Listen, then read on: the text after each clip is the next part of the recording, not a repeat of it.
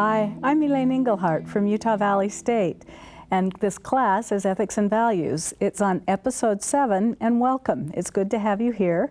We're going to be continuing with the philosopher Immanuel Kant, and joining me today as our guest is Dr. Shannon Mussett. Welcome, Shannon. Thank you. And yesterday we had a very special guest, Dr. Michael Shaw. So do you want to tell us a little bit about yourself and how Mike is such a special guy? Well, Mike and I were hired by Utah Valley State College 3 years ago. We're married, and we're very happy to be here. And tell me about your academic background. I am trained in feminist philosophy and 19th and 20th century European philosophy. And just a favorite faculty member here at Utah Valley State. Thank you. We're so glad you could be here. And in our discussions yesterday with Kant, he's a rather complicated philosopher, so we only made it halfway through, which is what we'd expected. And I'm going to ask our students here to tell us what they felt like was an important point from yesterday, or something about Kant's background that they think is quite revealing. But first of all, introduce them, and I have Cassie and John, and then over here I have Luke and Lloyd. And so welcome to class today. And John, do you want to tell us a point that you felt was very important about Kant yesterday? When we were talking about the goodwill yesterday, we talked about how Kant, in a lot of ways, separates the consequences of an action from whether or not it's judged as good, and he judges it more on the intent of that action and whether or not the intent behind it is good. And I thought that was important. Okay, thanks. And Cassie, how about for you? I think it's important to remember what Kant was like, and that he was a very logical man.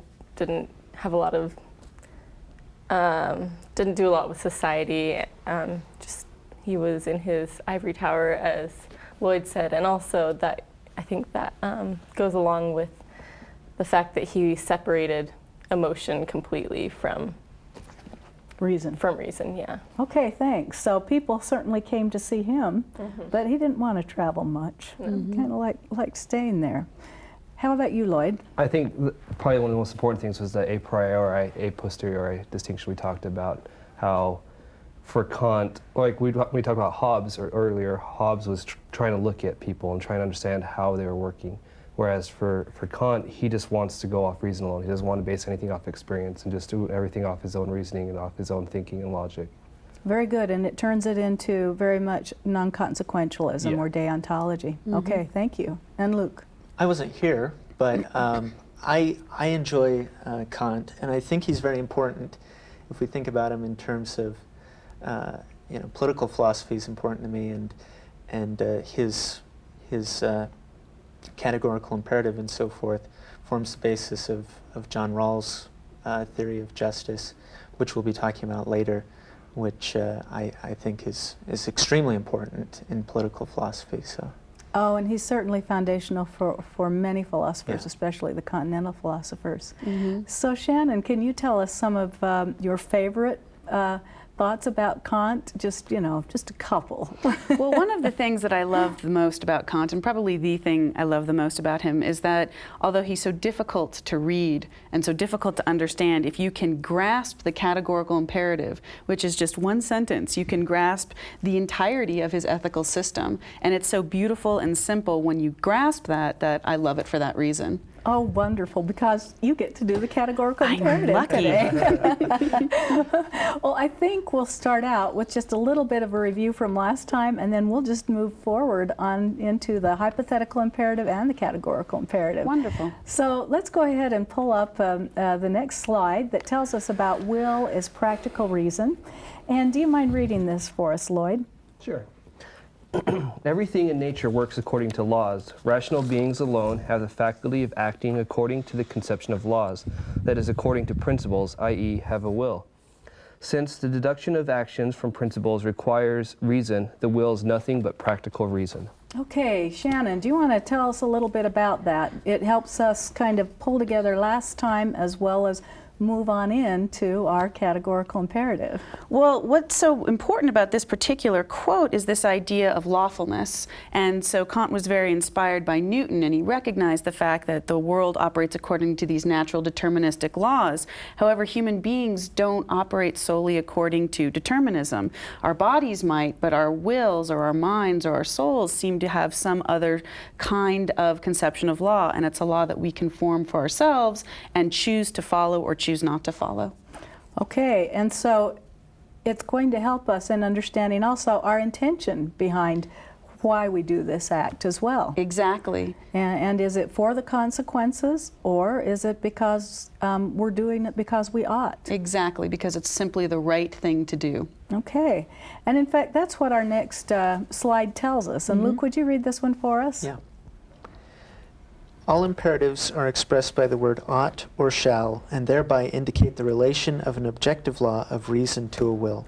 Thank you. And sometimes students will think this is a very old-fashioned word, and also they'll feel like, oh, well, imperative, I need to read this with a dictionary. But often I feel like students need to read Kant with a philosopher dictionary, a philosophical dictionary, not maybe just a straight Webster's or something like that. And any help for the students on reading Kant? On reading Kant, spend a lot of time doing it, and don't get frustrated, because it's really, as I said before, the ideas are, I think, simple once you grasp them, but the language is so difficult. So it does help to talk about these different terms. And here you mentioned the word ought, and that does sound a little bit old-fashioned, what you ought to do. But what he's saying here is that the imperative is expressed by an ought instead of a must.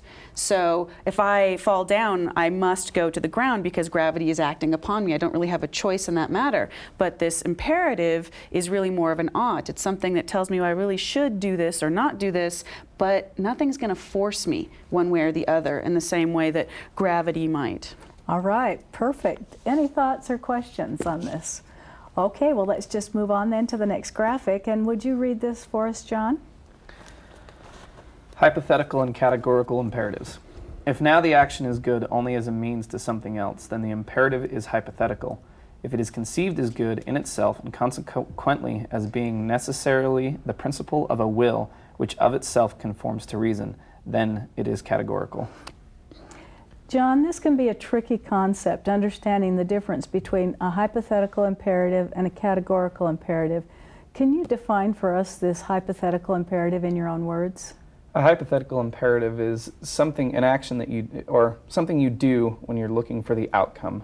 You're doing it to produce certain consequences. Very good. And how might you look at this from a scientific point of view, Well, I think Lloyd? some way to make it easier to understand at times is, for me, is I think of a scientific hypothesis. And in science, when you have a hypothesis, you have a theory that you want to test, and you test it, you think it'll get certain results. And so similarly, a hypothetical imperative is something that you do to get certain results, just like John said. Okay, very good, to get certain results. And Cassie, how about an example of a hypothetical imperative? Well, anything that you're doing based on the consequences. So say that you're going to help an old lady cross the street, but you're not really doing it to help the old lady cross the street, but so that your friend can help you see, so that your friend can see you help the old lady cross the street, then that would be Yeah, you want example to of come that. across as a great person. Right. Yes, helpful. All right, thank you. So anything you'd like to add to that, Shannon? Well, those are all very good responses, and I think the best way to think of a hypothetical imperative is in the sense of the if-then. If I do this, then I will have so-and-so results. So-and-so consequences will come about from this action. And Kant's favorite example of this is happiness. So if I want to achieve happiness, which he thinks is irrelevant in moral matters, right? If I get this job, or if I get married, or if I have children, then I will be happy. Well, I'm paying attention to the consequences, and those are out of our control. I have no control whether or not I can have children, whether or not I will get the job. So happiness is totally irrelevant regarding my moral standing, and so that's why he disregards hypothetical as the imperative that we should follow. Very good, and it ties in so well to what we discussed last time, and the goodwill. Exactly. And knowing our intentions, knowing why it is that we perform a certain act. Because that's what we have control over. We have control over our actions. We don't have control over the consequences of our actions. Perfect. So then we move on into this tough notion of the categorical imperative. Students, you really need to know the hypothetical imperative and the categorical imperative will be on your exams. So not only your exam on Kant, but also on your midterm. And so it's very important that you pick this up. And so first I'll start with asking Lloyd if he'd give us an explanation of the categorical imperative and how he remembers it. Oh, I don't even know how I remember the categorical imperative. I just remember it as not being a hypothetical. Maybe Luke's got a way that he helps remember it. No, about the same. Yeah. Well, I think that you can turn to the wording, which might be to act always that you could will your behavior would be a universal for all humankind. But basically, why don't we just say that you're doing something because you ought. We just go back to this imperative, and you're doing it because you ought. Kind of like Wilford Brimley used to say about eating oatmeal in the morning. It's the right thing to do. Absolutely. So you do something because it's the right thing to do. Is there a way that you help your students to remember the categorical imperative? Well, I think you're right that it helps when you know what the categorical imperative is and then sort of work backwards. But one way I try to emphasize the difference is that the categorical imperative commands absolutely, so that in all cases it will command in the same way, whereas a hypothetical, happiness for me is different than for Lloyd, than for Luke, than for Cassie, and so there's no way that we could have an absolute hypothetical command. It's just simply consequences are going to be different for all of us, but the categorical imperative will be something that regardless of the differences between our age or our sexes or anything like that, we're going to have the absolute notion of right and wrong and what we should do in an action. Very well said. Do you have any questions here for Dr. Mussett then on the got a categorical question. imperative? Yes, okay. Lloyd. Why did he call it the categorical imperative? Well, I think categorical emphasizes the universality of it, right? So a category would be a universal term. And so this emphasizes the fact that it's going to hold universally for all rational beings and not depend upon the differences between us. And it's perfect because that's what our next graphic says. But first, John has a question. Yeah, and I was just going to say, I've always remembered the categorical imperative as a variation almost on the golden rule. I think it's got a lot of similarities to it, and where the golden rule is saying, treat others how you'd like to be treated, the categorical imperative is kind of a variation on that, saying, treat others how you'd like everyone to treat everyone else. And but it is very similar in a lot of ways to the golden rule. And we do have some real strong differences too. And that's one thing that I, for the tests, that my students need to remember that it's best that they not really compare the two. I think it's good to take it so far, but it's not a divine command theory. And That's also, it's very much subjective. So we're still looking at what's my behavior. And my behavior is something that I ought to do for everyone, but it's still me. Right. And so let's pull up this next graphic. And Luke, would you read this one for us? Act only on the maxim whereby thou canst, at the same time, will that it should become a universal law. Okay, so Lloyd, does that help out your question a little bit? Tell me what this first maxim says, this first formulation. Well, what he's basically saying here is that whenever you do something, whenever you're thinking about what option you should make, you should only do that which you think everyone should be doing as well. And so we'll go on to this example of lying, which we talked about before. If I want to lie, I should only lie if I'm willing to say that everyone should always lie. And so, and obviously, since that just wouldn't work out in a society, he says, okay, well then you shouldn't lie then, because the other opposite is, if you want to will that everyone shouldn't lie, a society be able to work. You can picture that happening, so you should will that. Okay, in fact, let's pull up that next graphic. And Cassie, can you read this for us, please? Is it ever acceptable to lie? If so, when? If no, why not? So Cassie, can you think of a time when it's acceptable to lie? Not for Kant, but for you. Yeah, well, I mean, I know there are times when I have, and I've made that decision, so I guess. You know, last time we were kind of talking about that Kant didn't really have a human side to him. Right. Not really. That everything was very rational. And do you think maybe some of the times that you lie, you think you're helping someone not to have their feelings hurt? Yes, definitely. And how about you, John? Are there any times where you have to make an exception here or there? if you have a friend that's asking you whether or not they look good and they look terrible, I mean, that's always the classic example, right? Mm-hmm.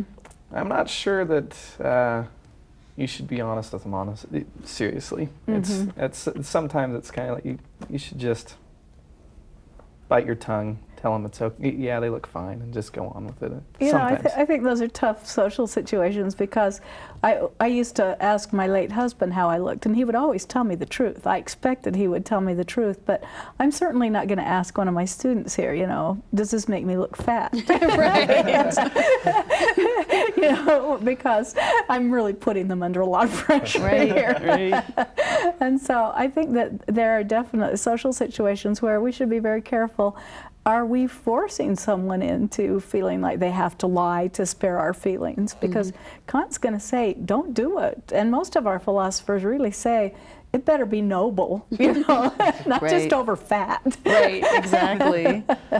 So anything you'd like to add on this? It's such a fun topic for It is students. fun because I think we all do it. We all lie to save people's feelings. We all lie or most of us will lie to get ourselves out of a tricky situation. At least once in our lives we've done something like this.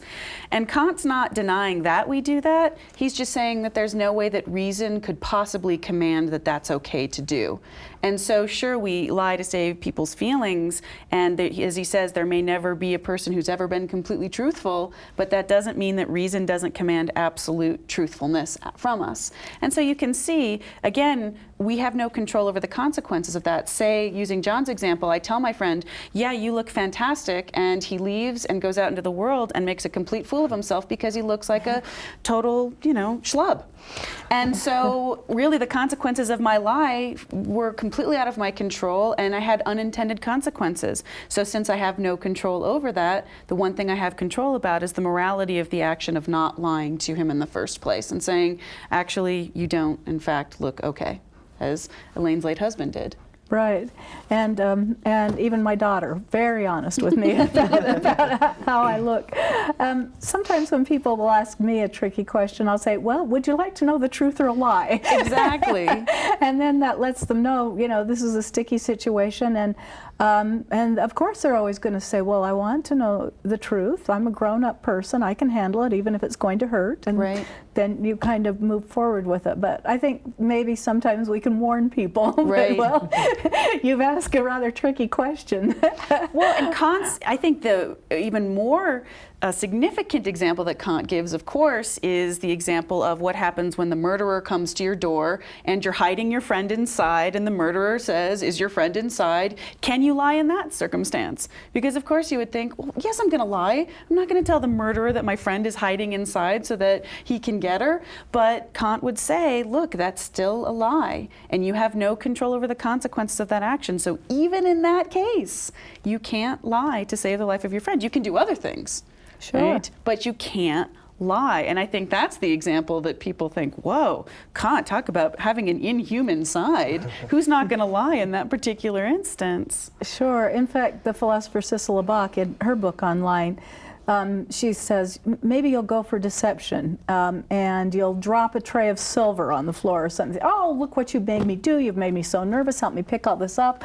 And you just don't get around to their question even. Right, exactly. Exactly. I mean, there's a lot of, you don't have to invite the murderer in and say, let me take you to the room where she's hiding. You can find other ways out of simply lying. And certainly there are situations in which people are not owed that information. Like if Lloyd were to say, so Elaine, tell me how much money you've got in your checking account right now. Right.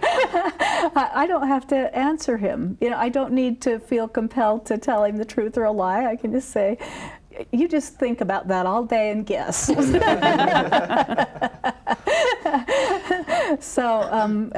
I think that it's also just remembering to have pure practical reason on this. Exactly. And that there are questions that don't need to be answered. And also you don't need to hurt people's feelings. You don't need to be a monster about this.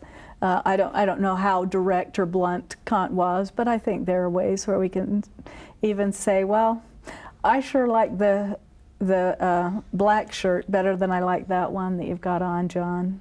Something like that. Right. And instead of saying, I've never seen you looking so bad. Not really, not really. Anything you'd like to add to this, Luke or Lloyd, on our discussion online? I'd like to add something. I think it's interesting to think about, it's terrible to think that, Kant would say, you have to tell the killer where your friend is hiding. But at the same time, if you, zoom out from the two individuals, if you had a society where people were living according to the categorical imperative, you wouldn't have murderers, so you wouldn't have to lie in the first place. And I think to a certain extent, that's something that has to be considered, that if everybody were seeking to fulfill the categorical imperative, you wouldn't be in a lot of those tricky situations. I don't think that'd take care of the how do I look problem, but it would take care of the murderer problem. So. Well, I think that's just an outstanding point, and we talked about it last time with Dr. Shah as well, where we said, Kant was hoping that we would have this perfect society, and if we could just start by telling the truth to others, that maybe we wouldn't have these monsters. And Kant felt like that if people knew he was always going to tell the truth, even if you have your friend hidden in the house and the murderer wants to kill him, that your friend knows that when the murderer gets there, you're going to be telling the truth. The friend's going to be needing to take evasive action. And he doesn't want to open this up for any examples. He's going to say, don't tie me into this situational example, because it's not going to work, and then it creates a flaw for the whole system. Did you have your hand up, Lloyd? I was going to ask one question. Can certain situations be seen as a broad enough category themselves that they can be taken differently than, like, say, lying? Instead of saying lying in every single possible situation, you have like 5 situations, and each one of those you consider different enough so that one case it's okay to lie, in another case it's not okay to lie. I think that that's a really good question, and I would say that Kant's response would be, you're now adding particulars, and the universality of the categorical imperative is to be as abstract as possible. And so once you start throwing in, well, in this case it's okay to lie, but in this case it's not okay to lie, you're adding in too many particulars and you're tying it to a situation. And the whole idea with the categorical imperative is that it's abstract enough so as to apply in any situation where one would be forced to make this kind of a decision. Another interesting question, though, which I was thinking about when you were asking that, is sometimes students will say, well, you have a duty to save your friend's life, and you have a duty not to lie. Don't these two duties come into conflict? And I think that that's a really important question to ask. Well, the reason would command both of those duties, and Kant would say find a way to try and do both. Try to save the life of your friend and don't lie. That's absolutely right. His statement is, well, you'll have to get past me first. Right. And I don't know how big Kant was. Right. That was going to be a big problem. Right. But he does reply, you'll have to get past me first. And so, but he's not going to open it up. Nope. So you're absolutely right about that. Good question, Lloyd. Thank you. Well, let's move on then to the second formulation then for the categorical imperative. And would you read this one for us, Luke?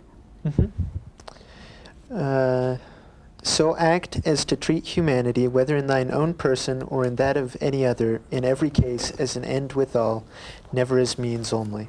Okay, so Shannon, we've got something that sounds kind of like the first one, but we've got a subtle difference. Do you want to tell us about why this second formulation is so important to Kant? Well, you're right to point to the idea that this is in fact a formulation. And so there is only one categorical imperative, and it's to act so that your act can be universalized to be a law for everyone. And so that's it. This is merely sort of a variation on that theme. And so he would say that this follows necessarily from that original categorical imperative that we read before. And so here he's saying, look, can you ever will that it's okay to treat another human being as a means to further your own end, that they're not willingly participating in?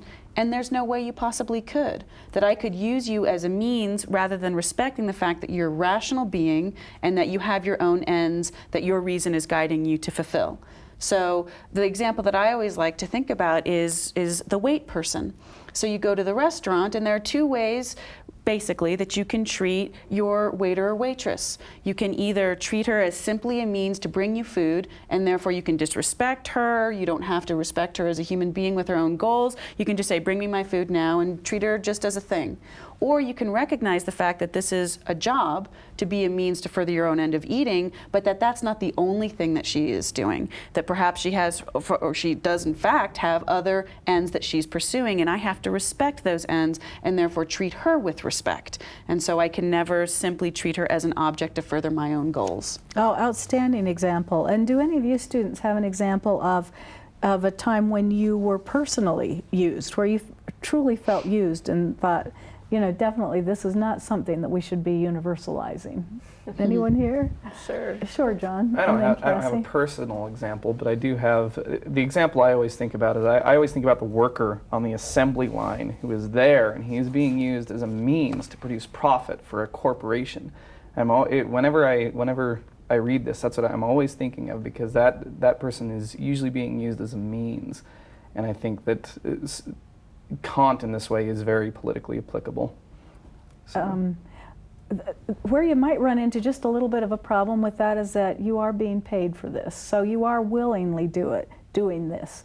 What might be a way where, well, I'll just say slavery. Tell me the difference between slavery and being a person on that line. Well, slavery. There is no reimbursement for whatever labor is being. Okay. And this done. may be this might even be seen as an anti-slavery imperative here, an anti-slavery formulation. So, I don't know. How would you respond to John's example? I think that you're right. There are two ways of seeing that. On the one hand, the individual worker is being paid, and so there is some kind of recompense for the work that he's doing.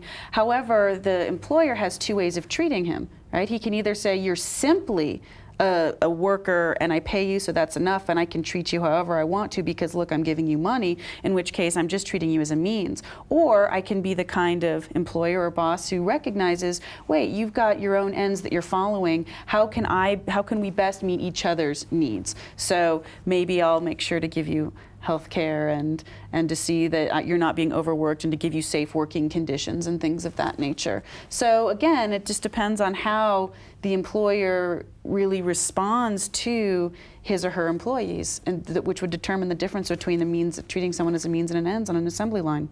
Okay, thank you. And how about you, Cassie? No, I didn't really have a specific example, but I'm sure that's occurred before, and I just thought of it because I have been a server before, I have been a waitress before, and so that made me And you think know of the that. difference between how people treat you, right? Some people Definitely. respect you, and that's the key word. They respect you because you're a rational being, and some people disrespect you because they just think you're a weight thing that brings them food.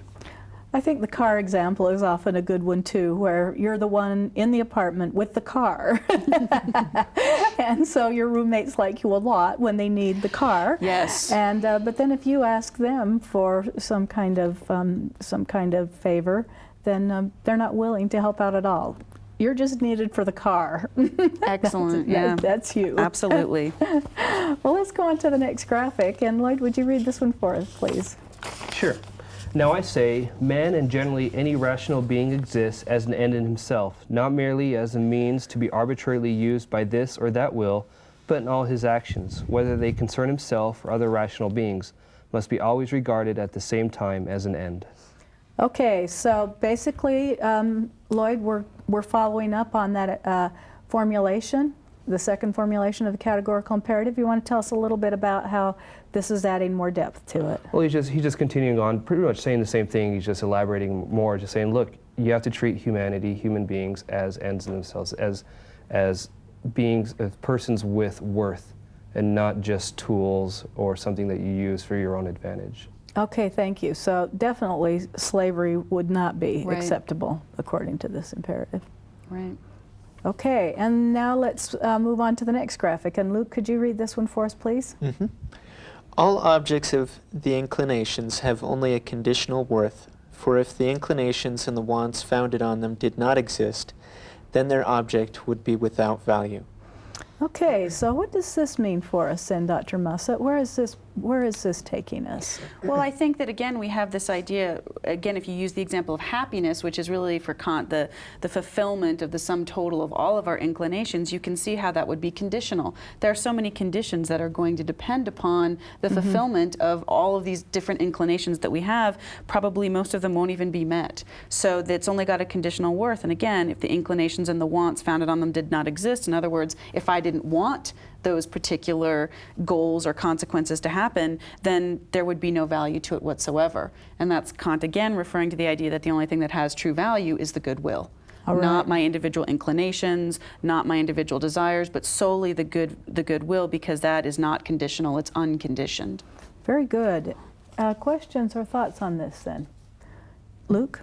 I just think this is interesting in light of, I like to contrast this with Machiavelli, and his idea is basically the opposite, where you use anything as a means that you can to get to your end, and with that sort of, political theory, that idea, you turn people, anything is a means to whatever your goal is, and then as soon as it's no longer going to help you with your goal, it's worthless to you. You can do whatever you want with it, or whoever. All right, very good. How about it, Lloyd? Anything you'd like to add to it? Going along kind of with what John said, I was kind of thinking about with this assembly line, and I've had jobs before where I felt like my boss was just like, go do this, go do this, go do that, and keeping me out later than I was hoping to work, or having me come in on days, and I never feel like I got thank yous or was appreciated, and in a sense you do really feel like a tool, like you're a means to their end, instead of I was a valued worker, that I did so much for these people, and so I think it's important. I think what Kant's trying to say is like you really have to realize that people, and I think what Shannon said was the key is respect. If you respect them as people with worth, then it makes a big difference. And you would hate to think of a human being being seen as an object without value. Right. I mean, truly, how much more decadent can you get than saying something like that? Exactly. And so, Kant, I think, really is shaking us up and saying, we are all human beings. We are all equal. That's right. And no one should be treated merely as a means to an end, merely for your own purposes. So, okay, well, let's go ahead and read the third one. And would you read this one for us, Lloyd? Sure. Persons are not merely subjective ends whose existence has a worth for us as an effect of our action, but objective ends, that is, things whose existence is an end in itself, an end, moreover, for which no other can be substituted, which they should subserve merely as means, for otherwise nothing whatever would possess absolute worth. Okay, thanks. And so, John, from this one we can see that we're reiterating what Dr. Mussett has just pointed out for us. Is there anything that you would like to add to this particular quote from Kant? I think we've covered it pretty much. I think that when we talk about treating people as an ends, I think that we've got to that point where we can all understand it. Okay. And is there anything special that you'd like to add to this quote from Kant?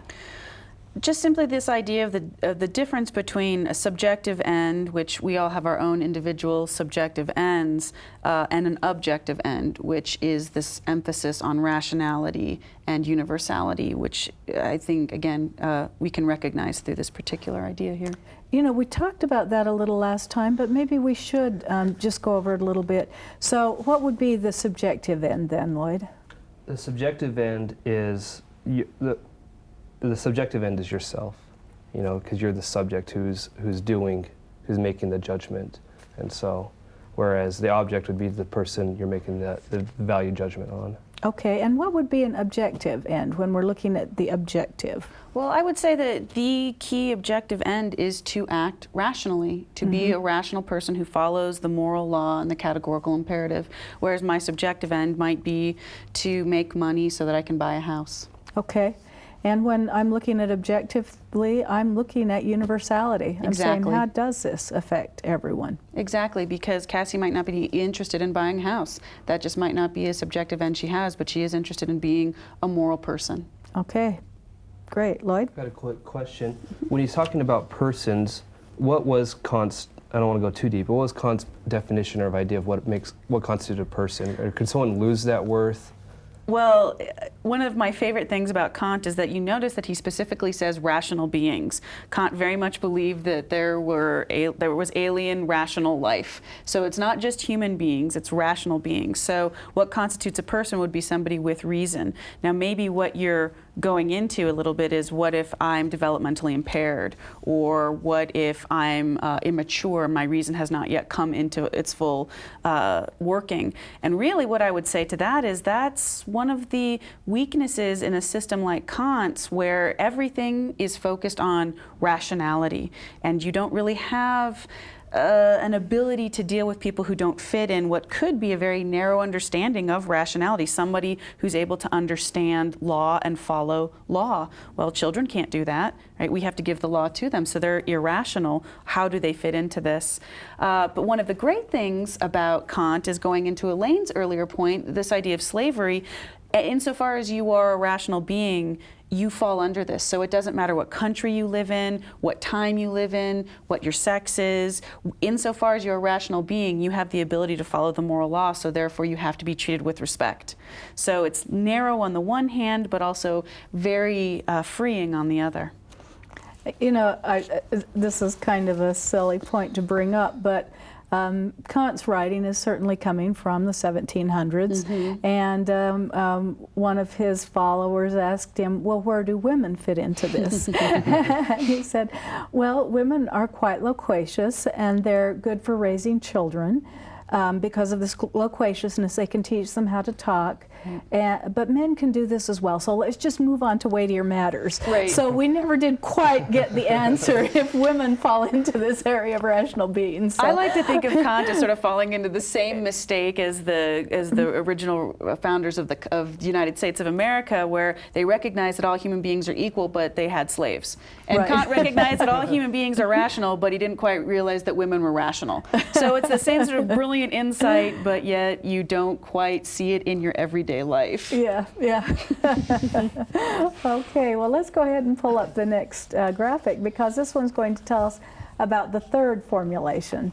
And Cassie, would you read that for us? And once again, remember, this is 17th century language, 1700s language. Kingdom of ends. For all rational beings come under the law that each of them must treat itself and all others never merely as means, but in every case at the same time as ends in themselves. And this is continued. Would you go on? Yeah. Hence results a systematic union of rational beings by common objective laws, i.e., a kingdom which may be called a kingdom of ends, since what these laws have in view is just the relation of these beings to one another as ends and means. It is certainly only an ideal. Okay, thank you. So we have this third formulation, and as Dr. Mussett pointed out to us earlier, then we have only one categorical imperative, but this is a formulation to give just a little more depth to it. And how does this add depth to it? How do you picture this? If you were going to use this in using some rational justification for an ethics paper, John, how would you use this third formulation? Well, I think when he's speaking of a kingdom of ends, I think it's almost like he's speaking of a utopia, and he is almost creating an ethical system for this utopia where we treat each other as equals, and we always treat each other as never as means, but always as ends. Okay. So. All right. Luke, how do you picture it when you see this? I mentioned Rawls earlier, and it's difficult for me to separate the two of them because I've studied Rawls a lot more, but it kind of is where he takes off from in saying that you can kind of create a society where you're looking at creating laws and a system which makes it so that you're trying to put yourself in everybody else's shoes and understand, how the rules that you set up would affect them, and treating everybody as having absolute worth. Okay. How do you do this, Shannon? And then I'll tell you how I do it.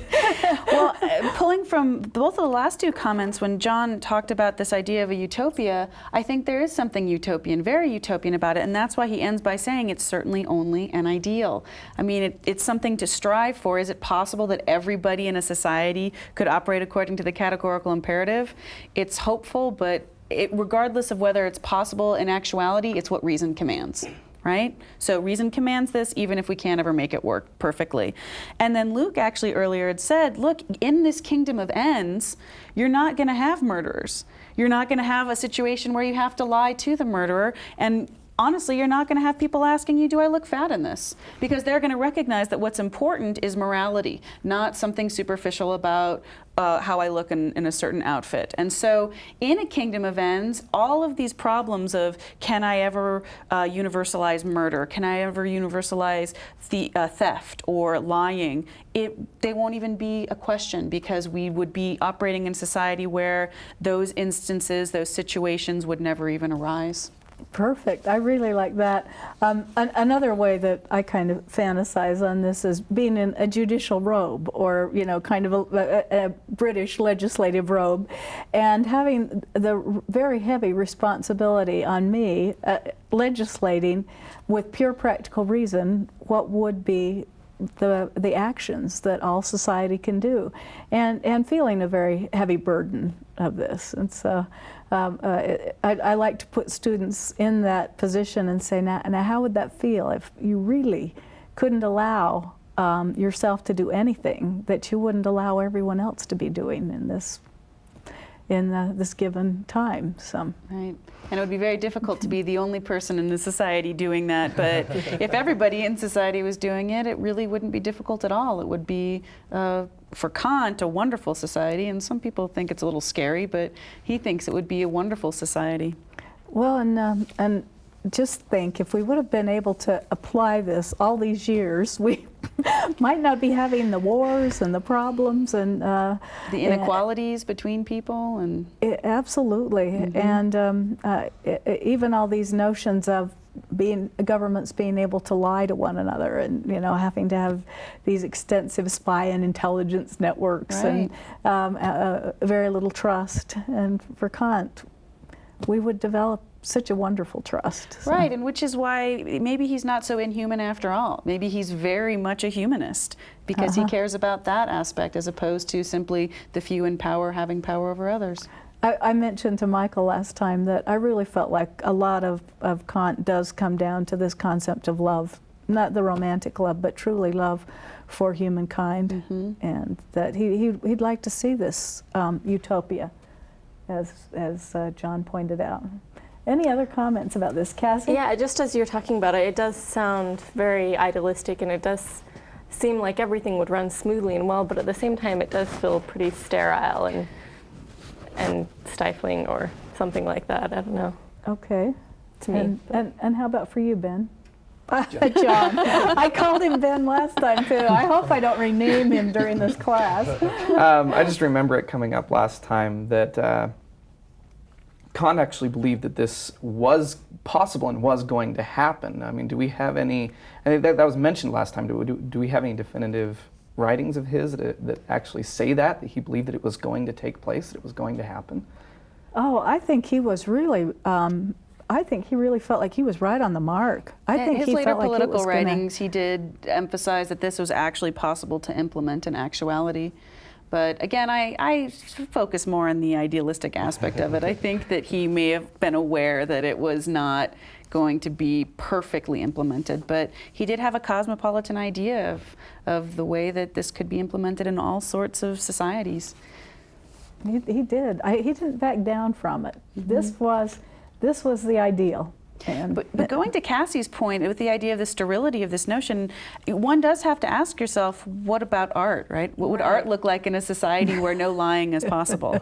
Right? What would humor look like in a society? Right. I mean, it does. You do have to ask yourself, what would it look like to have a society like this? I mean, we might be operating very well with each other, but What about the aspects of Yeah. existence that might require a little bit of fuzzy gray area? Right. It's funny, you were mentioning that you're going to have a barbecue at your place tonight, and someone told me someone who follows Kant exactly could never make it through a party. Exactly. Could never make it through just a normal party. Exactly. Wouldn't be very good at small talk. No. Comments over here from either Lloyd or Luke? I'm good. Okay, well, we have some examples here that are kind of illustrations of ways that we can look at these universal laws. And the first one is that a despairing man seeks to take his own life.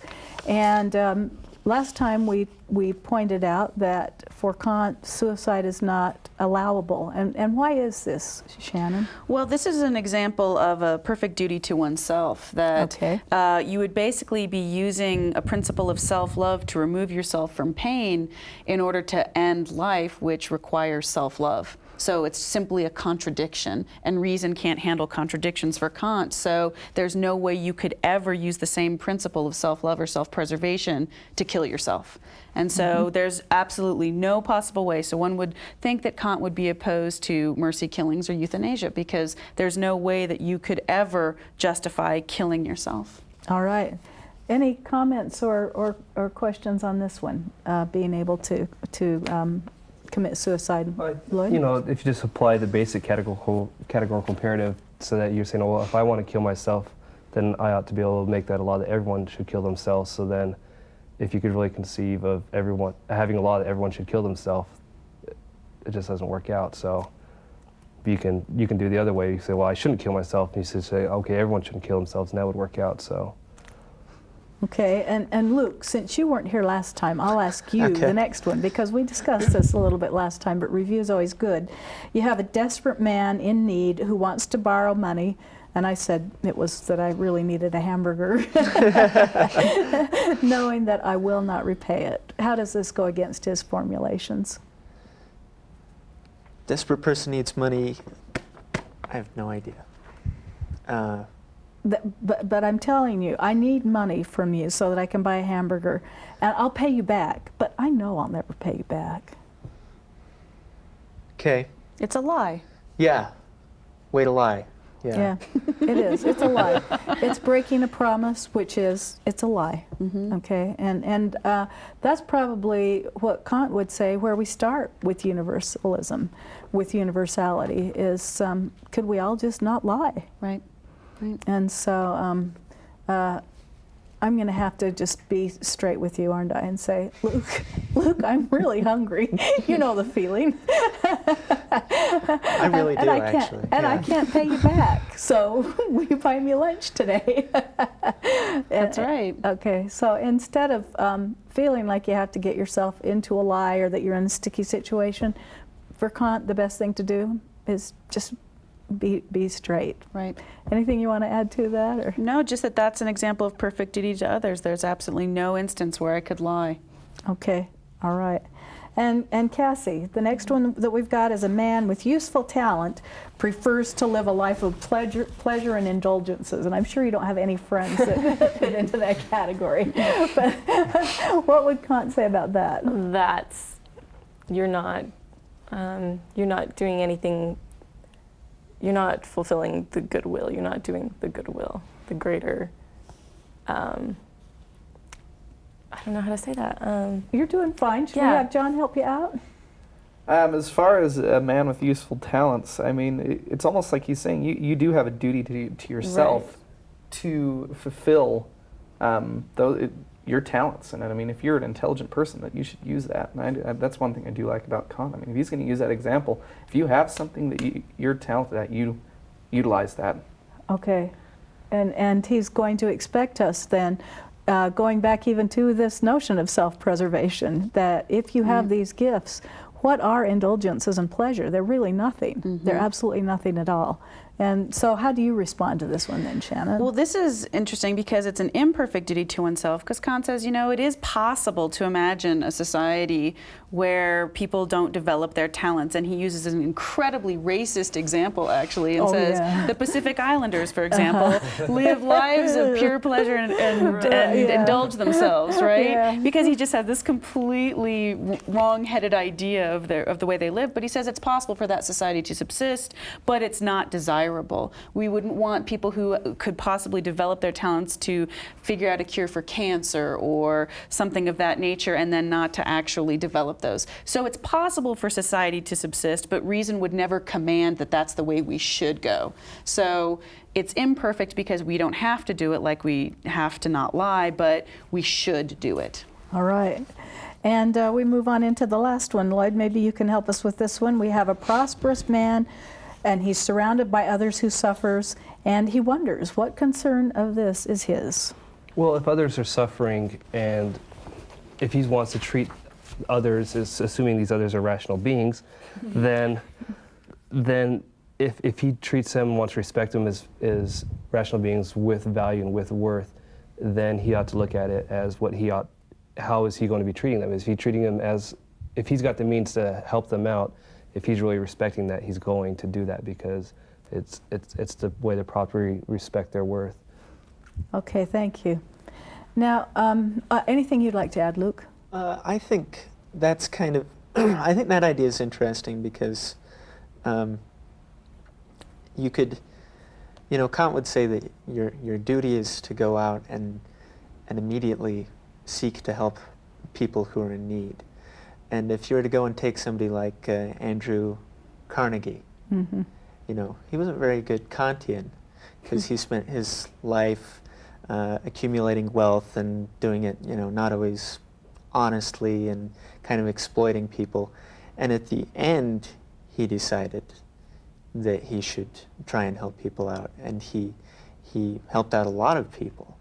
And so I've always had this question about where would he fit? What would Kant think of somebody like that? I don't know. Maybe that's. Go ahead, Shannon. That's and then a I'll really follow up. fantastic example. I think isn't he it? would say that was an immoral person up until the end when he started acting morally.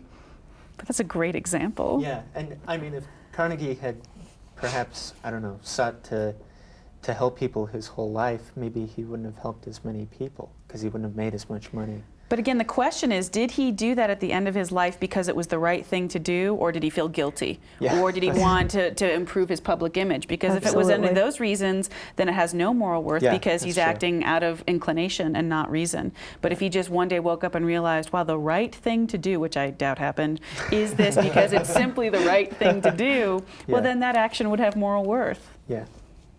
And I think quite often we'll hear of examples where it's an anonymous donor who wants to give $1 million to support the dental health plan or something like that, and doesn't want any recognition for it, and just wants it as he ought to do it, hopefully. Maybe he feels good for doing it. Yeah, well, and then we run into a problem. Right. But if Carnegie didn't want to do this, but he did it, it starts moving him into the categorical imperative. It starts moving him into having a goodwill about it, that he felt like he ought to do this for humanity, for society, even though he didn't want to. So. Well, let's do just a little bit of review, and then Shannon, maybe you can tell us how you give students advice on how to write a paper using Kant and his test of lawfulness for the categorical imperative. But here we have 3 quick tests of lawfulness that just review his formulation. And Cassie, would you read the first one? Sure. Act as if the maxim from which you act were to become through your will a universal law of nature. Okay, that's the first one. And let's go ahead and move to the second one. And John, would you read the second one for us? Act so as to use humanity, whether in your own person or in the person of another, always as an end, never as merely a means. Okay, and Lloyd, the third one. Act so that the will may regard itself as in its maxims laying down universal laws. Okay, thank you. Or another way you can say that is act as if you were a legislating member of the universal kingdom of ends. So how would you tell your students, okay, here's a case study, and now you can use Kant to help you write your paper? I would certainly start by saying understand the categorical imperative. That one line that I say is simple once you grasp what he's asking or what he's stating, and work from there, so that if you can understand that, and then maybe take one of the formulations. So if my case study is about abusing a certain member of society or a group of society, maybe I might want to take this idea of don't treat others as a means but rather as an end, so that I would start from the most general formulation, maybe one of the offshoots of it, don't treat humanity as a means but as an end, and then investigate the case study at hand. Okay, very good. And in this class, they really need to use at least a philosopher for one full page of their paper. And Kant often works very well then as a philosopher to back up a point of view. Absolutely. So it may require some deep thinking on this and some rewriting. But I couldn't agree more with Shannon on this, where you would start with your categorical imperative and move through the formulations on this. You can even use this quick and short test of lawfulness, too, for the categorical imperative to help you out. But these three formulations, let's read this last graphic. And it once again reiterates a point that we've been making throughout the class. And could you read this for us, Cassie? The three ways in which the principle of morality has been formulated are at bottom simply different statements of the same law, and each implies the other two. Okay, thank you. And so basically, if you're going to use the first formulation of the categorical imperative, you might as well try to pull in the second and third, because they should all fit nicely within the paper. Any ideas that you'd like to give the students on that? No, I think that you said it quite well. All right.